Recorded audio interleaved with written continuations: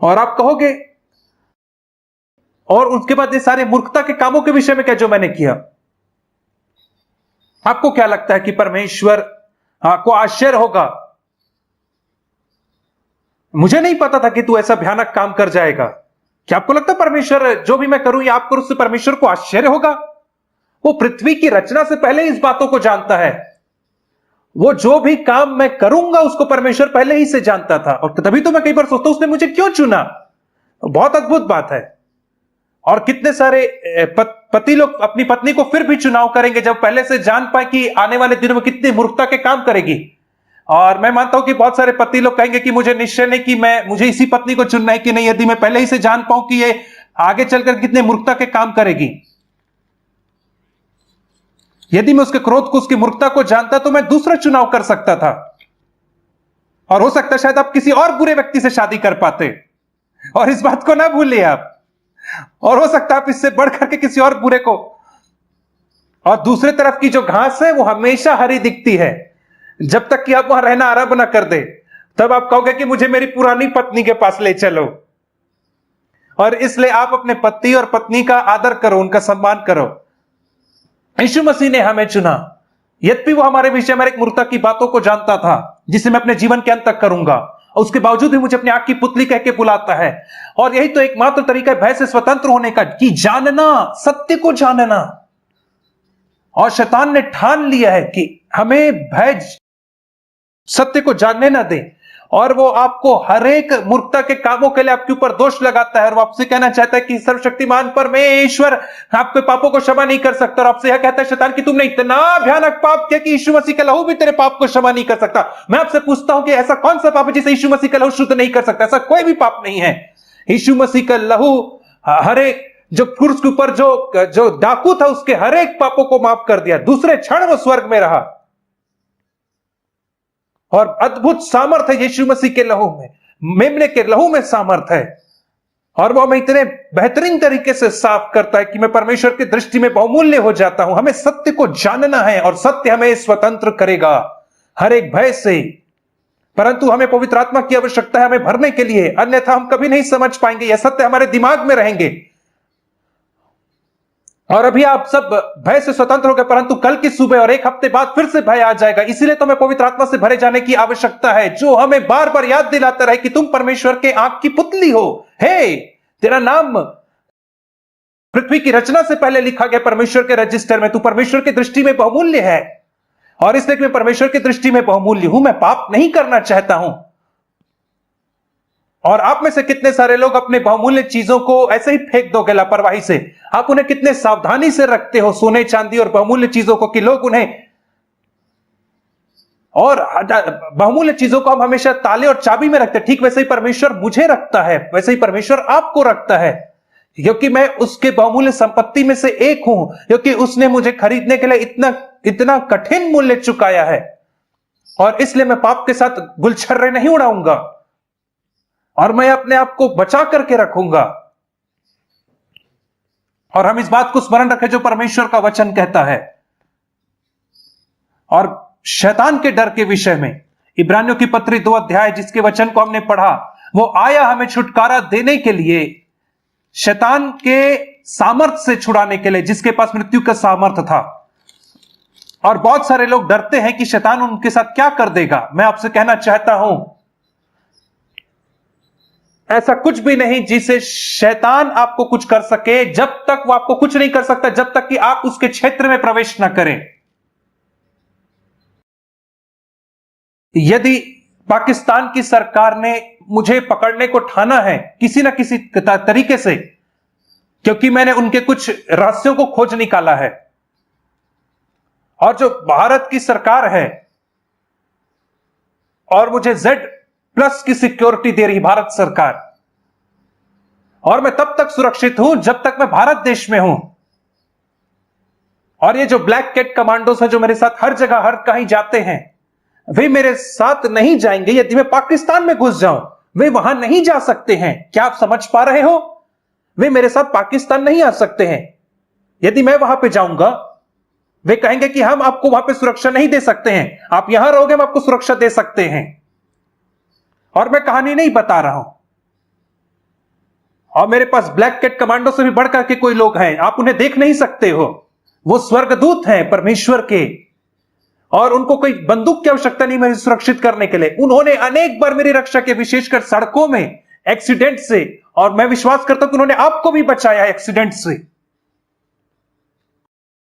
उन्होंने मुझ जैसे लोगों को बनाया जो बहुत धीरे गाड़ी चलाता है, और आप जैसे व्यक्ति को भी जो बहुत तेज गाड़ी चलाता है। ठीक है, चाहे हम धीरे गाड़ी चलाएं या तेज गाड़ी चलाएं, स्वर्गदूत हैं जो हमारी रक्षा करते हैं, और हमें उनके लिए धन्यवादी होना है। और वे ब्लैक कैट कमांडो से बढ़ करके हमारी रक्षा करते हैं। परंतु यदि मैं अंधकार के क्षेत्र में घुस जाऊं, चला जाऊं, तो स्वर्गदूत कहेंगे हम ज्योति के स्वर्गदूत हैं, हम तुझे वहां सुरक्षित नहीं रख सकते हैं।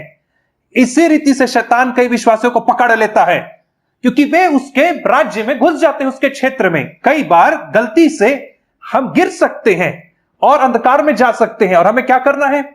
हमें तुरंत कूद के वापस आना है। उदाहरण स्वरूप वहां पे एक सीवेज की लाइन है, और कई बार उसके ढक्कन को खोल देते, और आप बिना देखे चल रहे हो, और आप उस सीवेज के अंदर गिर गए, उस गटर में गिर गए, और वहां पे सारी गंदगी के बीच में आप गिर गए, तो आप वहां पे क्या करोगे? आप वहां पे कितने साल तक रहोगे उस गंदगी में, गटर में? मुझे लगता है कि आप एक सेकंड भी नहीं रहोगे। मैं वहां से चिल्ला करके तुरंत निकलना चाहूंगा। आप में से कैसे लगता है जब आप पाप में गिर जाते, कितने लोग ऐसा अनुभव करते हैं? कोई भी पाप क्यों ना रहे, क्रोध, व्यभिचार, कड़वाहट, प्रलोभन, वह एक गटर के समान है। मैं आपको कहना चाहता हूं वो गटर से भी बदतर है। मैं आपको अपने वचन देता हूं, मैं उस गटर में गिरना पसंद करूंगा बेंगलोर के अंदर सड़क में, बजाय पाप में गिरने के। मैं आशा करता हूं कि आप भी ऐसा महसूस करते होंगे। मैं उसमें से तुरंत निकलना चाहता हूं,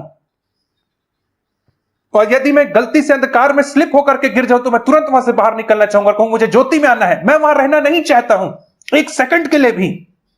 मैं मन फिराऊंगा और वापिस आऊंगा, और शैतान मुझे नहीं छू सकता है। कारण यह है, तभी तो मैं आपसे, हम लोगों से हमेशा कहता हूं, कृपा करके अपने पापों को तुरंत अंगीकार करो। कई लोग कहते हैं कि मैं दिन खत्म होते तक रुकूंगा, और मैं दिन के अंत में रात को सोने से पहले सारे पापों को स्वीकार करूंगा।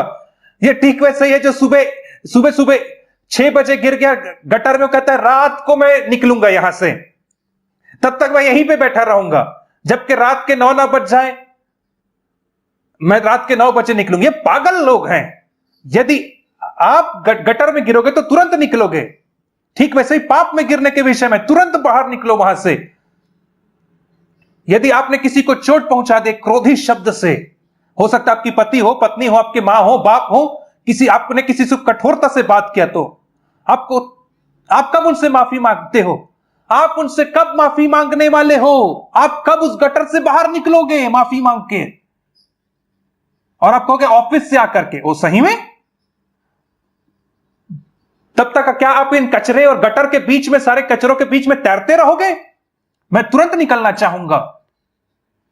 तुरंत ऑफिस जाने के पहले ही आप माफी मांगो, क्योंकि मैं नहीं चाहता कि शैतान मुझे स्पर्श करे। इस रीति से तो हम भय मुक्त जीवन जीते हैं। ऐसा कोई भय नहीं ज्योति में, और मैं हमेशा ज्योति में चलना चाहता हूं। इसलिए मैं हमेशा कहता हूं, यदि किसी ने आपको चोट पहुंचाया है, आप किसी को चोट पहुंचाए तो आप जानते हैं कैसे आपको व्यवहार करें। परंतु यदि किसी और व्यक्ति ने आपको चोट पहुंचाया अपने कर्मों से या अपने शब्दों से, तो फिर से आप फिर से गटर में गिर गए। इस गटर का नाम क्या है? माफ न करने वाली आत्मा नामक गटर में गिर गए। ये एक और गटर है जिसमें आप गिर जाते हैं, और मैं उस गटर में नहीं गिरना चाहता जिसका नाम क्षमा न करने वाली आत्मा है।